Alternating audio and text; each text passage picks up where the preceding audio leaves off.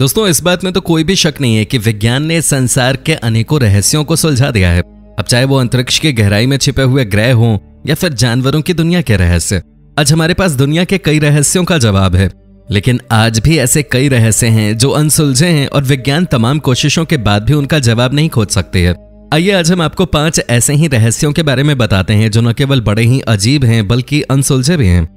Number 1, giant glowing vortex. बात है 26 दिसंबर 2011 की। नासा की टेरा सैटेलाइट दक्षिण अटलांटिक महासागर के ऊपर से गुजर रही थी जब उसने देखा कि वहां पर एक विशाल बवंडर है जो नीली रोशनी से चमक रहा है। हालांकि वैज्ञानिकों ने समुद्र में बवंडर तो कई देखे हैं, लेकिन इतना विशाल और नीले रंग से चमकता हुआ बवंडर देखकर उनका दिमाग चकरा गया। जाहिर सी बात है कि किसी को भी ये समझ नहीं आ रहा था कि आखिर है क्या। ऐसा लग रहा था मानो ये किसी दूसरी दुनिया से आई कोई चीज है। ये बवंडर दक्षिण अफ्रीका के समुद्री किनारे से करीब 500 किलोमीटर दूर था और करीब 160 किलोमीटर लंबा था। इसका मतलब ये कि ये किसी राज्य के बराबर के इलाके में फैला हुआ था।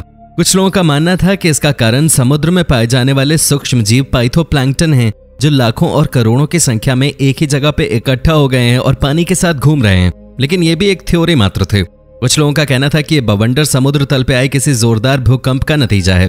लेकिन जब हम 11 मार्च 2011 को आई सुनामी के बारे में सोचते हैं तो ये तर्क भी गलत लगता है। उस दिन जापान के समुद्री किनारे से करीब 70 किलोमीटर दूर आए भूकंप से सुनामी आ गई थी जो इंसानी इतिहास की सबसे खतरनाक सुनामी थी। उस समय समुद्र में कई बवंडर भी देखे गए थे, लेकिन हम जायंट वॉर्टेक्स की उन बवंडरों से तुलना करें तो ये बवंडर उन सभी की तुलना में काफी विशाल था। लेकिन इस बार कोई सुनामी नहीं आई। तमाम कोशिशों के बाद भी वैज्ञानिक इस घटना के बारे में कोई सटीक तर्क नहीं खोज सके। जायंट वॉर्टेक्स इतने सालों बाद भी एक रहस्य बना हुआ है। Number 2, the disappearing lake. अब जैसा कि नाम से ही साफ है, ये झील अपने आप गायब हो जाती है। अब आप सोच रहे होंगे कि अगर ये झील गायब हो जाती है तो हम कैसे पता करेंगे कि ये है कहाँ। ये कभी नॉर्दर्न आइलैंड की लॉगरीमा नाम की जगह पे रहती है और कभी नहीं भी रहती। वैज्ञानिकों ने इसके बारे में बहुत खोज की है, लेकिन वो खोज की गहराई में जितना अधिक जाते हैं इसका रहस्य उतना ही गहराता चला जाता है। कभी कभी ये झील अपनी जगह पे होती है और कभी कभी गायब हो जाती है, मानो वो उस जगह पे पहले कभी थी ही नहीं। अब सवाल उठता है कि आखिर इतना सारा पानी अचानक से कैसे गायब हो जाता है।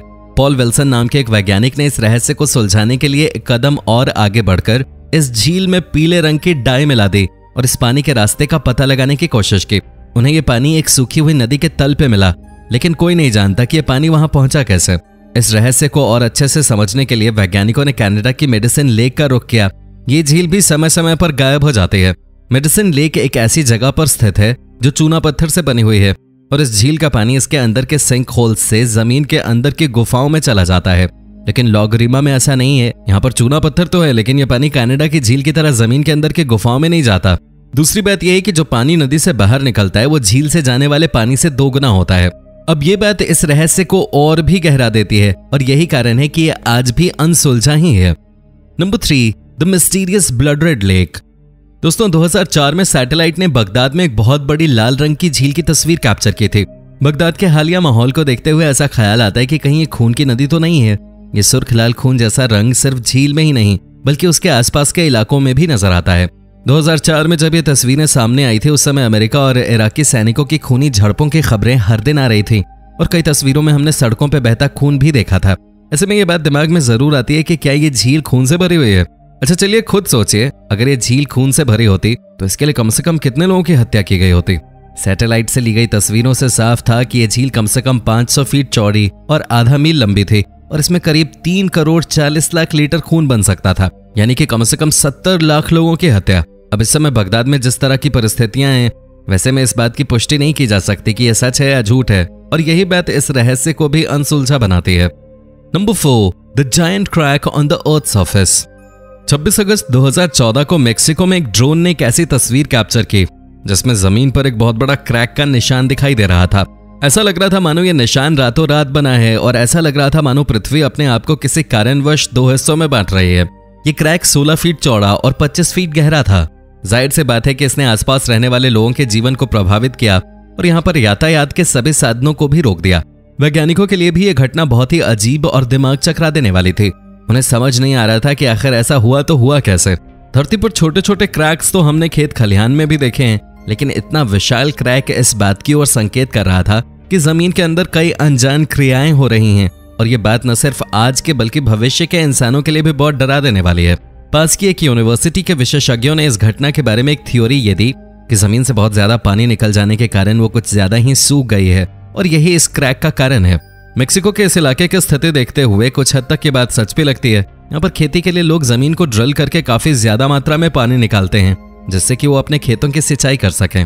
नासा के वैज्ञानिकों के द्वारा किए गए एक शोध से पता चलता है कि सिर्फ मेक्सिको ही नहीं बल्कि दुनिया के कई इलाकों में इस तरीके के क्रैक्स देखे गए हैं। लेकिन मेक्सिको का ये विशाल क्रैक तो दिन ब दिन और विशाल होता जा रहा है और स्वाभाविक रूप से ये न केवल अजीब है बल्कि आने वाले भविष्य में हमारे लिए परेशानी भी खड़ी कर सकता है। Number 5, glow beneath the Indian ocean.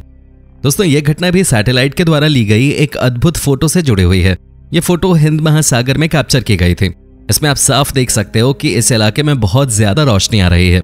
ऐसा लग रहा है मानो कोई लाखों करोड़ों बल्बों को एक साथ जला रहा हो। लेकिन ये बात तो पूर्णतः सत्य है कि ये इंसानों के द्वारा किया गया कोई काम नहीं है बल्कि ये प्राकृतिक प्रकाश है। कुछ वैज्ञानिक इसे बायोल्यूमिनेसेंस से जोड़कर देखते हैं। इसका मतलब होता है प्राकृतिक रूप से प्रकाश उत्पन्न होना। कुछ जानवरों में एक खासियत होती है कि वो अपने शरीर से प्रकाश को निकाल सकते हैं। ये उनके शरीर में होने वाली कुछ खास क्रियाओं का नतीजा होता है और इसे ही हम बायोल्यूमिनेसेंस कहते हैं।